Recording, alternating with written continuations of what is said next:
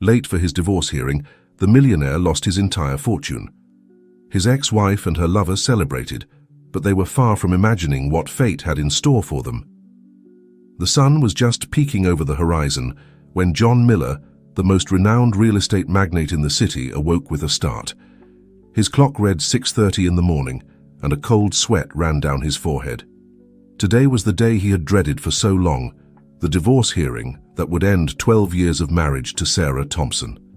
John got out of the king-size bed that now seemed too big for him alone. As he showered, memories of happy moments with Sarah flooded his mind. How had they gotten to this point? The long hours at the office, the endless arguments, the emotional distance, it had all contributed to this outcome. As he adjusted his tie in front of the mirror, John couldn't help but think of his children, Sophie and Matthew. How would this all affect them? Custody was the most painful point of this legal battle, and John was willing to fight tooth and nail for them. The ringing of the phone snapped him out of his thoughts. It was Raymond, his lawyer and lifelong friend John. "Where the hell are you?" "The hearing starts in half an hour and Sarah is already here with her lawyer." Raymond's voice sounded tense on the other end of the line. "I'm on my way, Raymond." There was a problem with the alarm clock, John lied, knowing that in reality fear had paralyzed him. "Hurry up, buddy, and get ready, because Sarah's not alone. David Sanchez is with her." John felt like he had been punched in the stomach. David Sanchez, the man Sarah had left him for, the lover who had destroyed his marriage. What was he doing there? "I'll be there in 10 minutes, John replied dryly before hanging up. As he drove his luxurious sports car through the city streets, John couldn't stop thinking about what awaited him. Not only would he have to face Sarah and the possibility of losing his children, but he would also have to see the face of the man who had stolen his wife. Arriving at the courthouse, John took a deep breath before getting out of the car. Camera flashes momentarily blinded him. Despite his tardiness, the paparazzi were waiting for him, hungry to capture every moment of this scandalous divorce that had dominated the headlines for weeks. "Mr. Miller, is it true that your wife is asking for half your fortune?"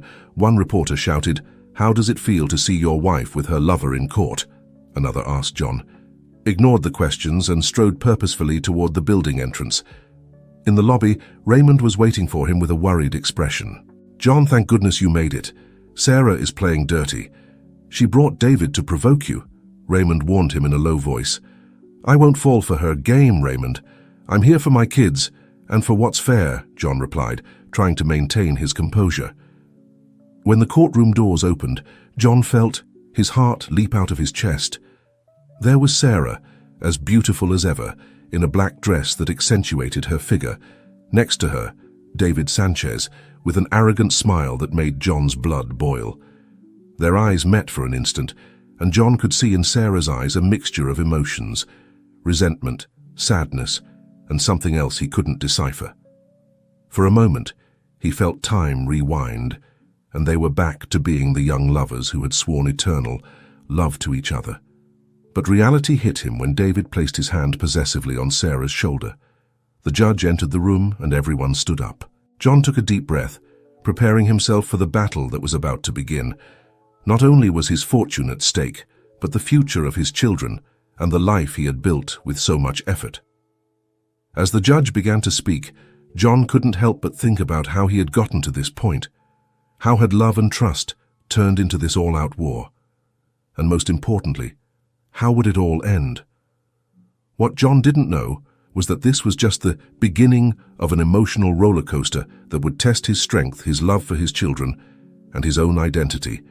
Fate had surprises in store that none of those present in that room could imagine. The judge's voice echoed through the courtroom as John tried to maintain his composure. To his right, Raymond furiously took notes, preparing to counter every argument Sarah's lawyer presented. Across the room, Sarah kept her gaze fixed on the judge, avoiding any eye contact with John. David, for his part, couldn't hide a satisfied smile that irritated John to his core. "Your Honor," began Sarah's lawyer, a middle-aged man in an impeccable suit, "my client, Mrs. Thompson, has been a devoted wife and an exemplary mother during the 12 years of her marriage to Mr. Miller. During this time, she has sacrificed her own career to raise their children and support her husband's business empire." We consider it fair that she receive adequate compensation for her years of dedication." John clenched his fists under the table. Dedication? Were the endless parties and luxury trips Sarah so enjoyed a form of sacrifice? Raymond stood up, ready to counter. "Your Honor, while we recognize Mrs. Thompson's role in raising the children, we cannot ignore the fact that she has enjoyed an exceptionally luxurious lifestyle during her marriage. Furthermore, Mrs. Thompson's infidelity—" "Objection," Sarah's lawyer interrupted. "Fidelity is not relevant to the division of assets." "Objection sustained," the judge replied. "Mr. Raymond, stick to the financial aspects of the case." John watched as Sarah tensed at the mention of her infidelity. For a moment he thought he saw a glimmer of guilt in her eyes, but it disappeared as quickly as it had appeared. The hearing continued, with a series of technical arguments about the division of properties, stocks, and other assets. John felt like a spectator in his own life, watching 12 years of marriage reduced to numbers and percentages. It was then that Sarah's lawyer dropped the bombshell no one expected. "Your Honor, my client is willing to make a proposal that could resolve this case expeditiously," he announced with a triumphant smile. "Mrs. Thompson is willing to cede full custody of the children to Mr. Miller in exchange for keeping 75% of the marital assets." A deathly silence fell over the courtroom. John felt the world stop. Was Sarah really willing to give up her children for money? The proposal was so outrageous that even the judge seemed baffled. Raymond leaned over to John, whispering frantically, "It's a trap, John. They can't be serious. They must have something else planned." John could barely process what was happening. He looked at Sarah, searching her eyes for some explanation, some indication that this was a cruel joke. But what he saw left him cold. Determination and a glimmer of greed he had never noticed before. David, for his part, looked like the cat that had eaten the canary. His smile had widened even more, and John could see him gently squeezing Sarah's hand under the table. The judge, recovering from the initial surprise, addressed John. "Mr. Miller, what is your opinion on this proposal?" John felt all eyes on him. His mind was a whirlwind of conflicting emotions and thoughts. On one hand, the idea of having full custody of his children was tempting. He could protect them, be with them without restrictions. But the price, was it worth losing almost everything he had worked for? And then, amid that mental chaos, John had an epiphany. This wasn't just about money or custody. It was a test, a defining moment that would reveal who he really was as a person and as a father. With a calm that surprised even Raymond, John stood up. "Your Honor, I appreciate my wife's generous offer. However, I must categorically reject it." A murmur ran through the courtroom. Sarah seemed genuinely surprised, while David frowned, clearly displeased. "My children are not a commodity to be negotiated." John continued firmly, "I cannot and will not put a price on them. What I propose is that we move forward with a fair agreement, both in terms of assets and shared custody. My children deserve to have both parents in their lives, and I am willing to work with Sarah to ensure that is the case, regardless of our personal differences." The judge nodded approvingly. "That seems a reasonable stance, Mr. Miller. Given these new developments, I think it would be prudent for both parties to take some time to reconsider their positions. I propose a 1-week recess for you to negotiate in good faith and present a joint proposal." As the session adjourned, John could feel Sarah's piercing gaze. For the first time since he had entered the courtroom, he saw something more than coldness in her eyes, confusion, and perhaps a hint of respect. As they left the courtroom, reporters pounced on them, hungry for statements. John limited himself to saying he trusted a fair agreement would be reached, while Sarah and David quickly slipped into a waiting car. That night, alone in his apartment, John reflected on the day's events. He had rejected an offer many would consider irresistible, but in his heart, he knew he had done the right thing. However, he couldn't shake the feeling that this was just the beginning of something bigger, more complicated. What John didn't know was that his decision had set in motion a series of events that would change not only his life, but the lives of everyone involved in this drama. As he stared out the window at the city lights, He couldn't imagine the revelations and twists that fate had in store. For him, the week following the hearing was a whirlwind of emotions and discoveries for John as he prepared for negotiations with Sarah and her legal team. A series of unexpected events began to unravel the complex web of lies and secrets surrounding his marriage. It all started with a mysterious phone call. John was in his office, reviewing financial documents with Raymond, when his secretary informed him he had an urgent call from an unknown number. John Miller speaking. He answered cautiously. "Mr. Miller," said a female voice on the other end of the line, "my name is Elena Vega. You don't know me, but I have information that could be crucial to your divorce case." John glanced at Raymond with a mixture of curiosity and suspicion. "What kind of information?" he asked. "I can't discuss it over the phone," Elena replied, "but I assure you it will completely change your perspective on your wife and Mr. Sanchez. Can we meet in person?" After agreeing to meet at a discreet downtown cafe, John hung up the phone, his mind full of questions. Who was this woman, and what exactly did she know? The next day, John found himself sitting across from Elena Vega, a woman in her 40s with an intense and determined gaze. Wasting no time on formalities, Elena got straight to the point. "Mr. Miller, I am David Sanchez's ex-wife," she began, surprising John, "and I believe that both you and I have been victims of an elaborate scam." Over the next hour, Elena unraveled a story that left John stunned. According to her, David had a history of seducing wealthy women, orchestrating tumultuous divorces, and then disappearing with a substantial portion of the assets. Sarah was not the first, and if he wasn't stopped, she likely wouldn't be the last. "But why are you telling me this now?" John asked, still processing the information. Eleanor's eyes filled with unshed tears. "Because I lost everything, Mr. Miller. My dignity, my trust, my fortune. I can't allow another family to be destroyed by David's greed." John left the meeting with his head spinning. If what Elena said was true, Sarah wasn't just a victim of David's manipulation, but she was also in danger of losing everything. The following days were a frenzy of investigation. John, with the help of Raymond and a team of private investigators, began to unravel the truth behind Elena's words. They discovered a disturbing pattern.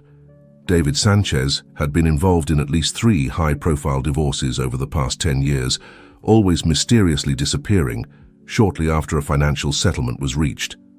Meanwhile, Sarah seemed increasingly distant and nervous. John observed her from afar, noticing how her demeanor changed when she was with David. He no longer saw the sparkle of love in her eyes, but a mixture of fear and doubt. The night before the team negotiation meeting, John received another unexpected call. This time it was from Sophie, his 15-year-old daughter. "Dad," she said in a trembling voice, "I need to talk to you. It's about Mom and that man." John felt his heart race. "Of course, sweetheart. Tell me what's going on." Sophie, between sobs, told him how she had overheard a conversation between Sarah and David. He was yelling at her dad. He said that if he didn't get the money, it all would have been for nothing. Mum was crying, saying she couldn't do that to you, that she couldn't leave us. Sophie's revelation was the final push John needed. He was now sure. He had to save Sarah, not just for the love they once shared, but for the sake of their children and for the woman he knew still existed beneath layers of manipulation and fear. The morning of the negotiation dawned grey and rainy, as if the weather reflected the emotional storm that was brewing. John arrived early at the law office where the meeting would take place, his mind repeatedly going over the plan he had outlined with Raymond. When Sarah entered the conference room, accompanied by David and her lawyer, John immediately noticed the dark circles under her eyes and the tension in her posture. For a moment, their eyes met, and John could see a flash of the woman he had fallen in love with so many years ago. Negotiations began with lawyers exchanging proposals and counteroffers. The atmosphere was tense, charged with contained emotions and hidden agendas.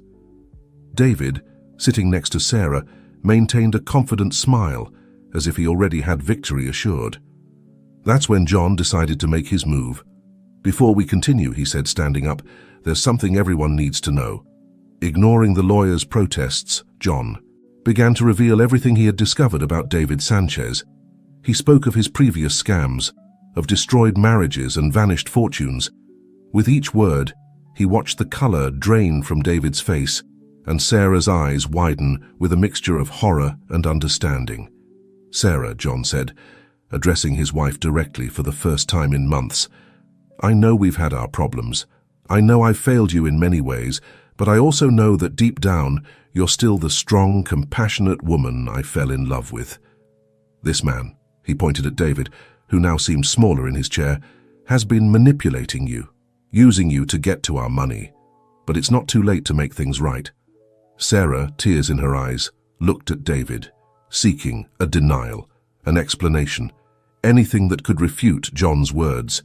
But David remained silent, his facade of confidence completely shattered. I didn't know," Sarah stammered finally. "I thought he loved me, that he wanted to help me start over." John approached her, ignoring Raymond's warnings. "I know, Sarah, and I'm sorry I wasn't there for you when you needed me, but I'm here now, and I want us to fix this together. Not for me, not for you, but for our children." The silence that followed seemed to last an eternity. Everyone in the room held their breath, waiting to see how this unexpected turn of events would unfold. Finally, Sarah stood up, moving away from both David and John. "I need time," she said in a shaky voice.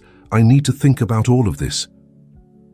Before anyone could say anything more, Sarah hurried out of the room, leaving behind a chaos of emotions and unanswered questions. David, seeing his plan crumbling, tried to follow her, but John stopped him with a firm hand on his shoulder. "I think you've done enough damage," he said in a cold voice that left no room for discussion. As the lawyers argued about how to proceed, John stood by the window, watching the rain fall over the city. He knew this was just the beginning of a long and painful process of healing and reconciliation, but for the first time in a long time, he felt a spark of hope. What John didn't know was that this revelation would trigger a series of events that would test not only his love for Sarah, but also his faith in justice and in himself. The path to truth and redemption was just beginning, and there would be more surprises and challenges to come. The days following the dramatic meeting were a whirlwind of emotions and changes. Sarah, overwhelmed by the truth about David and John's unexpected compassion, secluded herself at her sister's house, refusing to speak to anyone except her children. John, for his part, found himself on an emotional roller coaster. On one hand, he felt immense relief at having exposed the truth and potentially saved his family from a greater disaster. On the other, uncertainty about the future of his relationship with Sarah consumed him. It was Matthew, his 10-year-old son, who finally broke the impasse. One afternoon, while John was working in his home study, Matthew entered with a serious expression that seemed out of place on his young face. "Dad," he said, sitting down in front of John's desk, "are you going to get back together with Mom?" The question took John by surprise. "Matthew, it's complicated. Your mother and I have a lot to talk about." Matthew frowned. "But you saved her from the bad man, didn't you? In the movies, when the hero saves the girl, they always end up together." John couldn't help but smile at his son's childlike logic. "Real life isn't like the movies, champ, but I promise you that no matter what happens, your mom and I will always love you and your sister." That night, inspired by Matthew's words, John made a decision. He wrote a long letter to Sarah, pouring into it all his feelings, the regret for past mistakes, the pain of separation, the hope for a future together. He didn't ask for forgiveness or make grandiose promises. He simply offered honesty and the possibility of a new beginning. Meanwhile, Sarah struggled with her own demons. David's betrayal had shaken the foundations of her world, making her question every decision she had made in recent years. How could she have been so blind? How could she have risked her children's happiness for an illusion? It was in the midst of this emotional storm that she received John's letter. At first, she hesitated to open it, fearing more pain and recrimination.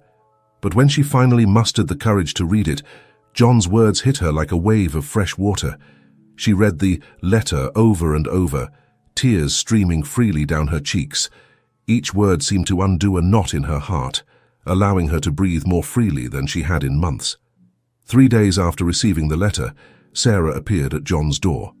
She was pale and visibly nervous, but there was a determination in her eyes that John recognized from the early days of their relationship.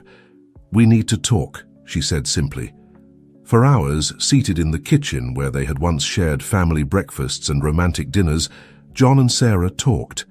They talked about past mistakes, misunderstandings, and unmet expectations. They talked about David and how his manipulation had exploited the cracks already existing in their marriage. And finally, they talked about the future. "I don't know if we can go back to what we were," Sarah said in a moment of vulnerability. "But I know I want to try. For us, for the kids, for the family we built together." John took her hand, feeling the familiar tingle that had always been there, even in the worst of times. "I don't want to go back to what we were," he replied. "I want us to build something new, something better. Together." That night, when Sophie and Matthew returned home, they found their parents in the living room, not magically reconciled but united on a common front for the first time in a long time. The road to reconciliation would not be easy. There would be couples therapy, long conversations, and moments of doubt. But for now, in that moment of new connection, there was hope. What John and Sarah didn't know was that their story of redemption was far from over. David Sanchez, humiliated and exposed, would not give up so easily. In the shadows, he was already planning his revenge, a revenge that would test the renewed bonds of the Miller family in ways none of them could imagine. The following months were a period of slow but steady healing for the Miller family. John and Sarah, committed to rebuilding their relationship, regularly attended couples therapy, and spent time together rediscovering the reasons they had fallen in love in the first place. Sophie and Matthew, initially cautious about their parents' reconciliation, began to relax as they saw the genuine effort both were making. Family dinners, once tense and silent, were again filled with laughter and lively conversation. On the legal front, things also seemed to be improving. With Sarah and John working together, their lawyers were able to reach a fair agreement on the division of assets and shared custody of the children. The divorce, which had once threatened to be a bitter battle, was now heading towards an amicable resolution. However, beneath this apparent calm, a storm was brewing. David Sanchez, whose reputation and plans had been destroyed by John's revelations, had disappeared from public view. But far from having abandoned his ambitions, David had spent the past months meticulously planning his revenge. On a sunny Sunday afternoon, while the Miller family enjoyed a picnic in the park, a shadowy figure watched them from a distance. David, unrecognizable under a carefully crafted disguise, studied John and Sarah's every move, every laugh of the children. His eyes glinted with a mixture of hatred and determination. "Enjoy while you can," he muttered to himself. "Soon you'll know what it really means to lose everything." That same night, in a small, discreet apartment on the outskirts of the city, David met with Elena Vega, the ex-wife who had warned John about his plans. "Is everything ready?" David asked, his voice cold and calculating. Elena, visibly uncomfortable, nodded. "Yes. But David, are you sure you want to do this? You've already caused enough damage." David looked at her with a smile that didn't reach his eyes. "Dear Elena, this isn't about damage, it's about justice. John Miller destroyed my life, and now I will destroy his." What David didn't know was that Elena, consumed by guilt over her role in David's previous plans, had been secretly recording their conversations.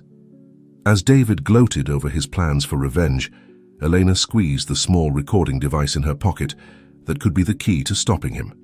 Meanwhile, unaware of the threat looming over them, John and Sarah continued to work on their relationship. One night, while the children slept, they sat in the backyard sharing a bottle of wine and reminiscing about old times. "Do you remember our first date?" Sarah asked, laughing softly. "You were so nervous that you spilled your drink on my new dress." John joined in her laughter. "How could I forget? I thought I had ruined every chance with you, but you just laughed and said you liked men who could make things interesting." Sarah took John's hand, her expression becoming serious. "John, I know we've been through a lot and that we still have a long way to go, but I want you to know that I'm grateful. Grateful for your forgiveness, for your patience, for not giving up on our family." John squeezed her hand, feeling a surge of emotion.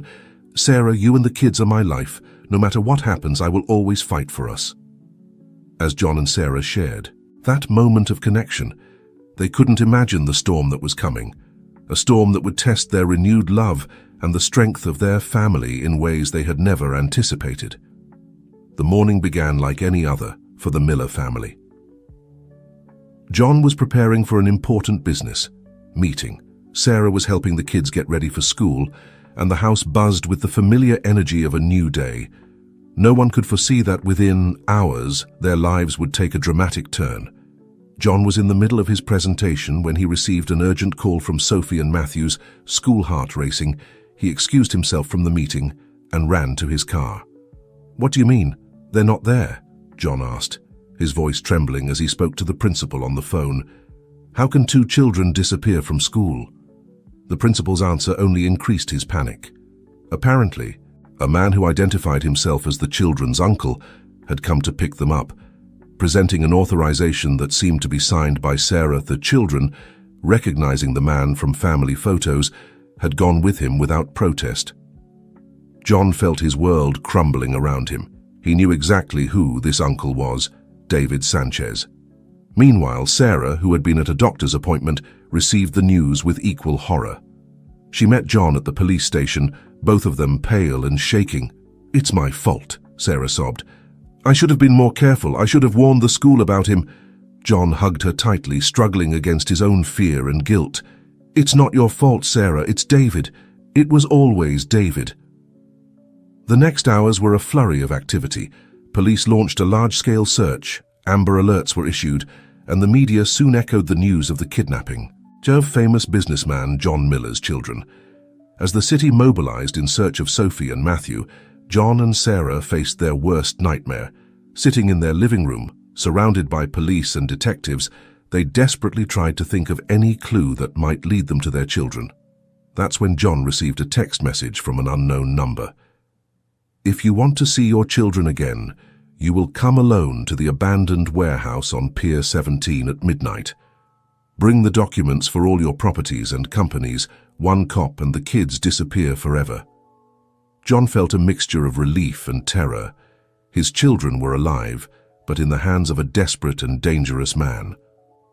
Without a second thought, John began gathering the requested documents. Sarah, realizing his intentions, confronted him. "You can't go alone," she said, her eyes filled with tears. "It's too dangerous." John took her face in his hands. "Sarah, I'll do whatever it takes to bring our children back. Trust me." As John prepared for the encounter, ignoring warnings from the police and Sarah's pleas, he didn't know he was about to face not only David, but a truth that would change everything he believed he knew about his past and his family's. At the abandoned warehouse, David waited with a malevolent smile.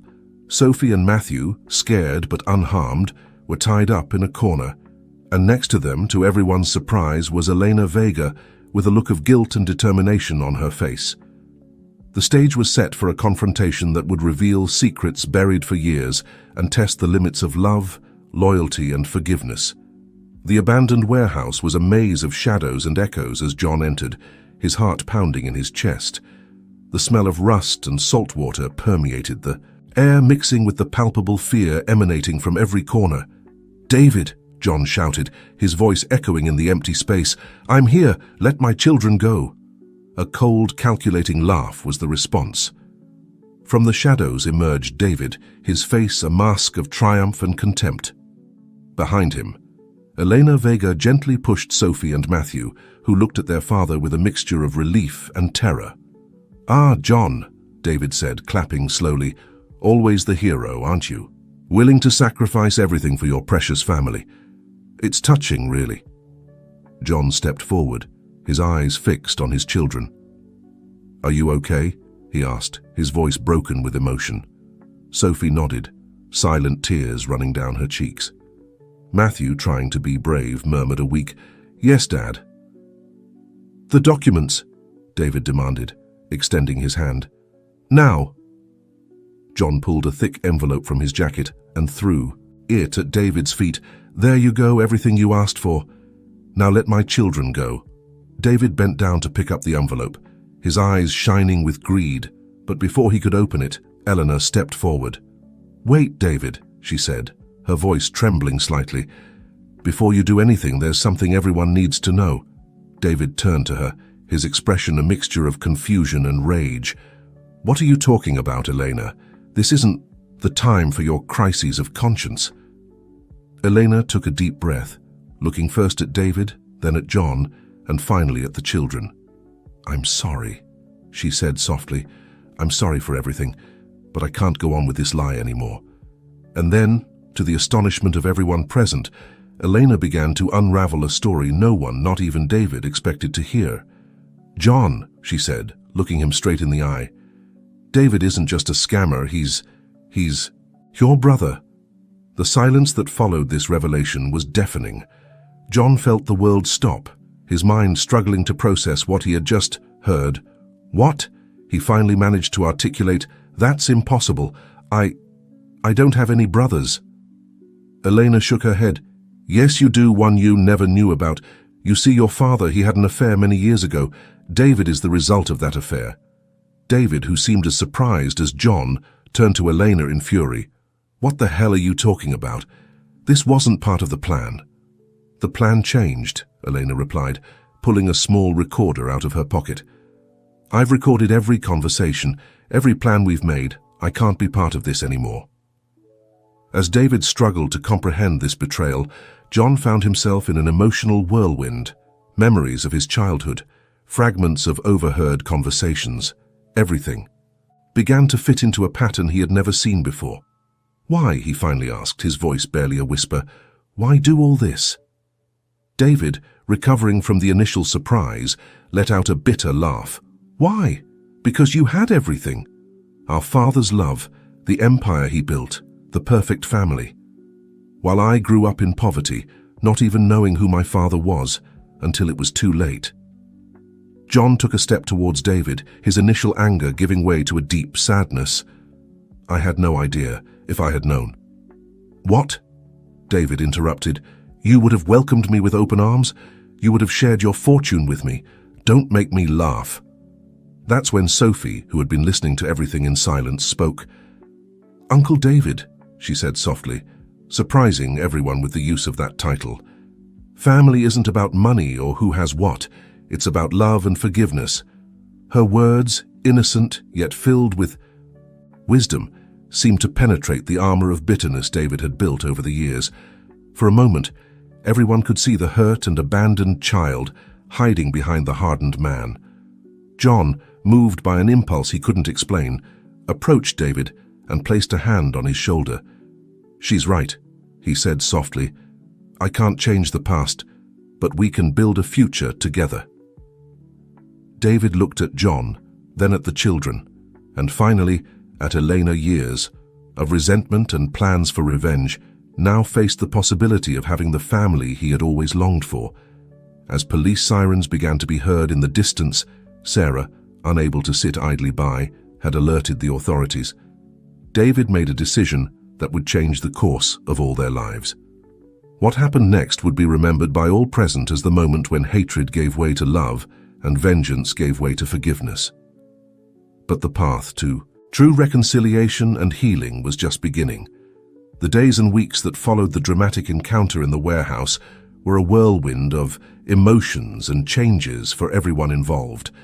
The news that famous businessman John Miller had a secret brother, and that this brother had orchestrated the kidnapping of his niece and nephew, became the scandal of the year. David, facing charges of kidnapping and extortion, surprised everyone by pleading guilty and expressing deep remorse for his actions. John, in an act that many considered incomprehensible, decided not to press additional charges and instead advocated for leniency from the court. "My brother acted from a place of pain and abandonment," John declared to the media. "I don't justify his actions, but I understand their origin. I believe in redemption and the healing power of family." Sarah, although initially reluctant, began to see the potential for healing in the situation. "Our children taught us a valuable lesson about forgiveness," she said in an interview. "If they can see beyond the pain caused by their uncle, Who are we to not try? As David served a reduced sentence, John worked tirelessly to unravel the truth about his father and his family's hidden past. He discovered old letters, forgotten photographs, and finally, a diary that revealed his father's torment over the son he could never openly acknowledge, Elena Vega, whose testimony and recordings were crucial in bringing the whole truth to light, found her own redemption. Working with organizations supporting victims of emotional scams, she began to use her experience to help others heal and recover. Sophie and Matthew, although initially traumatized by the kidnapping experience, showed amazing resilience. With the help of therapy and the unconditional love of their parents, they began to process what had happened, and surprisingly, to develop a genuine curiosity to know their uncle once he was out of prison. A year after the incident, the Miller family was preparing for an event that no one would have thought possible: David's first visit since his release. The tension in the house was palpable as they awaited his arrival. John paced the living room, Sarah nervously adjusted the sofa cushions, and the children anxiously looked out the window. When the doorbell finally rang, everyone stood still for a moment. John took a deep breath and opened the door. There stood David, thinner and with grayer hair, but with a look of nervousness and hope in his eyes that John had never seen before. "Hello," David said softly, his voice heavy with emotion. "Welcome," John replied, surprising himself by stepping forward and embracing his brother. The hug, although brief and somewhat awkward, marked the beginning of a new chapter in the life of the Miller family. It wouldn't be easy, and there would be moments of doubt and tension. But in that instant, everyone felt the possibility of a future in which love and forgiveness would triumph over resentment and pain. As the family gathered in the living room, sharing stories and beginning the long process of truly getting to know each other, John couldn't help but think about how far they had come. From a marriage on the brink of collapse and a family nearly destroyed by revenge, they were now on the path to a stronger, deeper bond than ever. Looking at Sarah, who was smiling as Matthew bombarded David with questions about his life, John felt a surge of gratitude and love. They had overcome the unthinkable and somehow had come out stronger on the other side. The future was still uncertain, and the path to complete reconciliation would be long and sometimes difficult. But John knew that as long as they stayed united and open to the transformative power of love and forgiveness, they could overcome any obstacle. The battle for love and fortune had ended, but the true victory was not in material goods or winning a legal fight. The true victory was in healed hearts, restored relationships, and a reunited family. The following months after David's release were a period of adjustment for everyone. The Miller family embarked on a complex emotional journey, full of ups and downs, as they tried to integrate David into their lives. John, determined to make up for the lost years, spent hours with David, sharing stories of his childhood and learning about his brother's life. They discovered, to their surprise, that they had a lot in common. From their love of chess to their passion for classical literature, Sarah, though initially cautious, began to see a different side of David one day. While watching him play with Matthew in the garden, teaching him how to throw a baseball, Sarah realized she was seeing the man David could have been if life had given him other opportunities.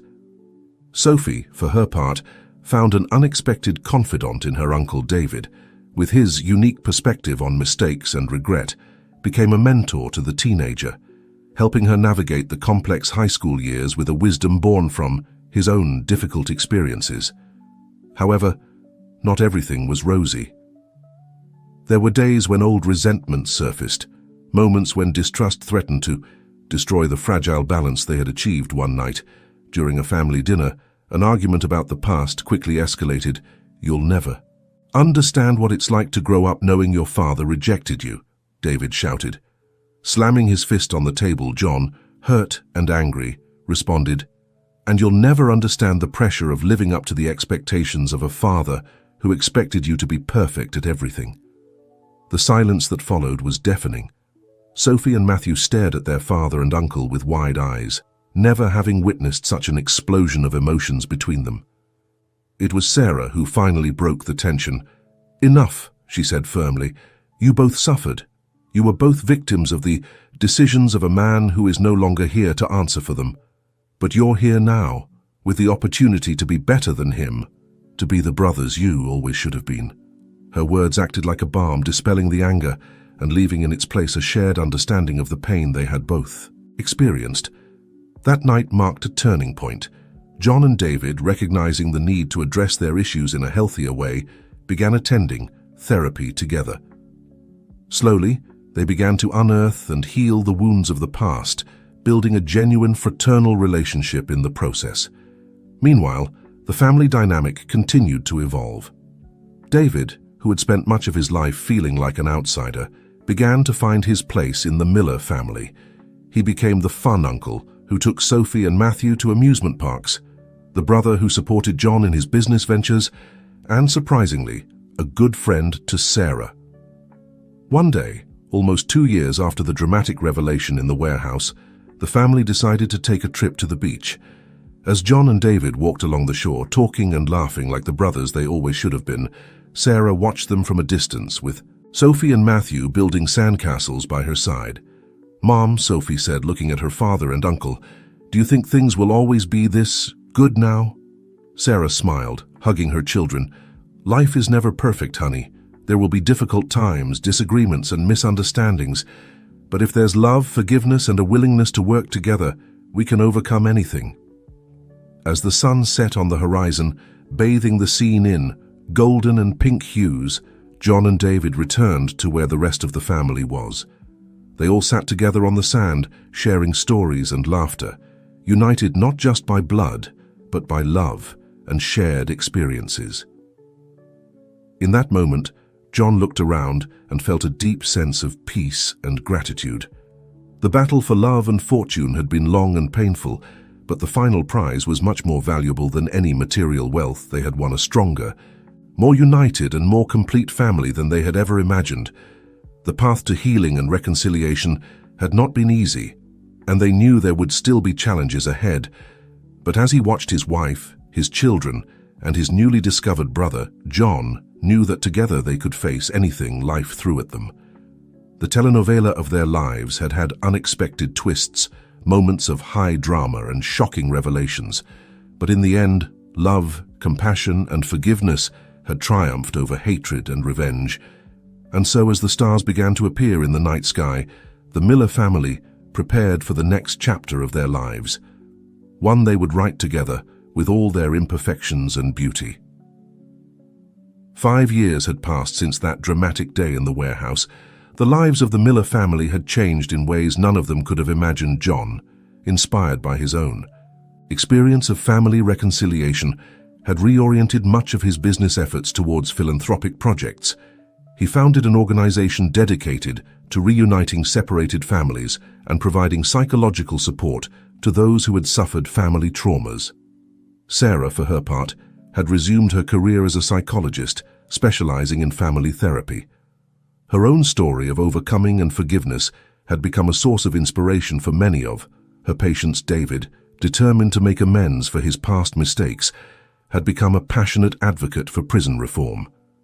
Using his business skills for good, he had established a job reintegration program for ex-convicts, offering them a second chance at life. Sophie, now a young adult, was in her first year of college, studying law with the ambition to specialize in family rights. Her family's experience had motivated her to fight for justice and reconciliation in the legal system. Matthew, in his last year of high school, had become a talented musician, composing songs that often reflected the themes of forgiveness and redemption that had marked his childhood. It was John's 50th birthday, and the whole family had gathered to celebrate. The Miller house was filled with laughter, music, and the aroma of John's favorite paella that Sarah and David were preparing together in the kitchen. As John watched his family and friends gathered in the garden, he couldn't help but reflect on the incredible journey they had been on. He approached David, who was adjusting the grill for the barbecue. "Who would have thought we'd be here like this, after everything that happened?" John said, placing a hand on his brother's shoulder. David smiled, a smile that now reached his eyes, free from the resentment that had once consumed him. "Certainly not me," he replied, "but I'm grateful every day for this second chance." At that moment, Sophie approached them, holding an envelope in her hands. "Dad, Uncle David," she said, her voice trembling slightly with emotion. "There's something I want to share with you." She opened the envelope and pulled out a letter. "I've been accepted into an internship program at the International Court of Human Rights in The Hague," she announced, her eyes shining with excitement. John and David exchanged a look of pride and amazement. "Sophie, that's incredible," John said, hugging his daughter. "I couldn't have gotten here without you," Sophie said, looking at her father and uncle. "Your story, our family story, showed me the power of forgiveness and restorative justice. I want to take that message to the world." As the news spread through the party, with Sarah crying with joy and Matthew spontaneously composing a celebratory song, John found himself momentarily overwhelmed with emotion. He looked at his family. Sarah, the woman who had stood by his side through everything, stronger and more beautiful than ever. David, the brother who had gone from being his greatest enemy to one of his closest confidants. Sophie, the girl who had once been kidnapped and was now preparing to fight for justice on the international stage. And Matthew, whose music filled the air with notes of hope and love. At that moment, John realized that true wealth was not in his bank, accounts, or properties. It was here, in this garden, in the bonds that had been tested, broken, and rebuilt stronger than ever.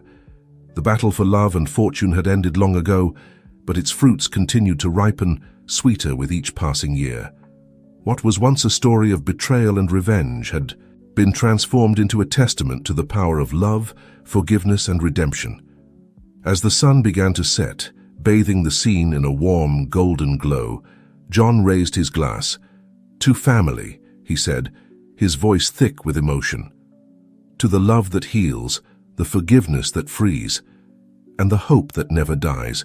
Everyone raised their glasses, united not just by blood, but by shared experiences, healed wounds, and the love that had triumphed over every obstacle.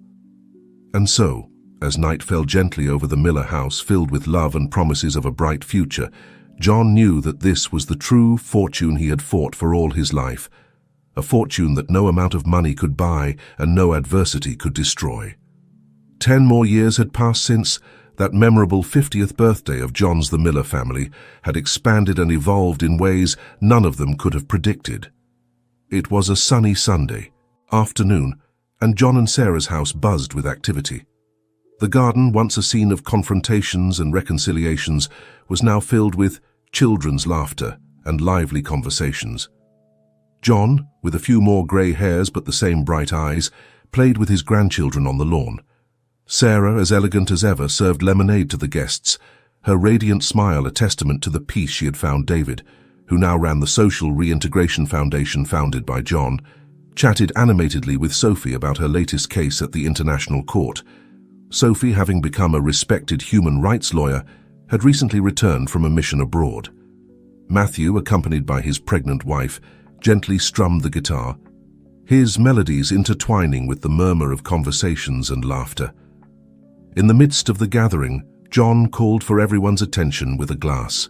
In his hand, he looked around at the faces of the people he loved most in the world.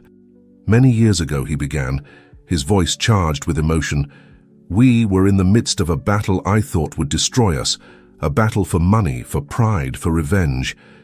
But today, looking at all of you, I realized that battle led us exactly where we were meant to be." He paused, his eyes meeting Sarah's, then David's. "We learned that true wealth is not in bank, accounts, or properties.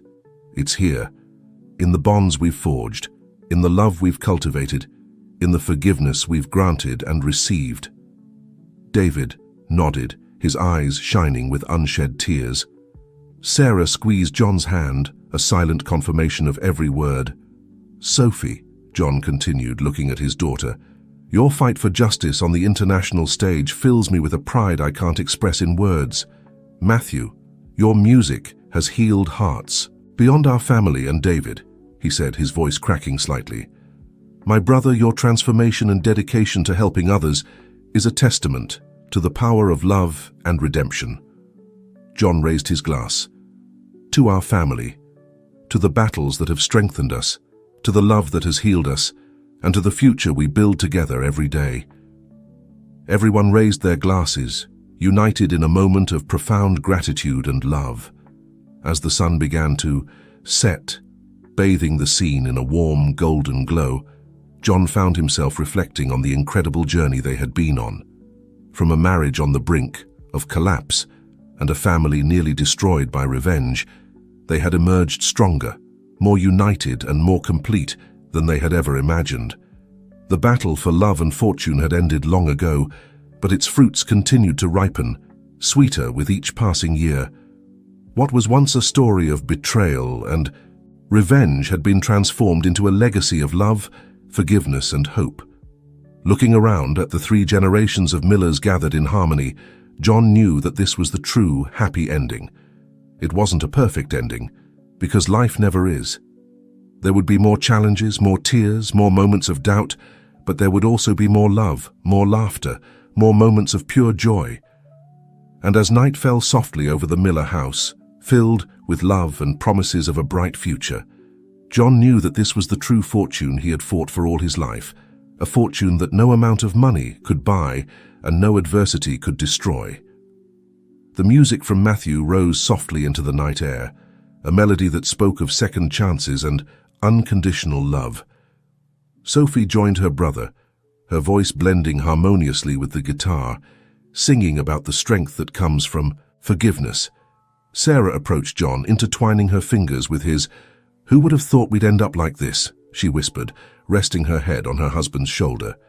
John smiled, gently kissing Sarah's forehead. "Life has a funny way of leading us exactly where we need to be," he replied.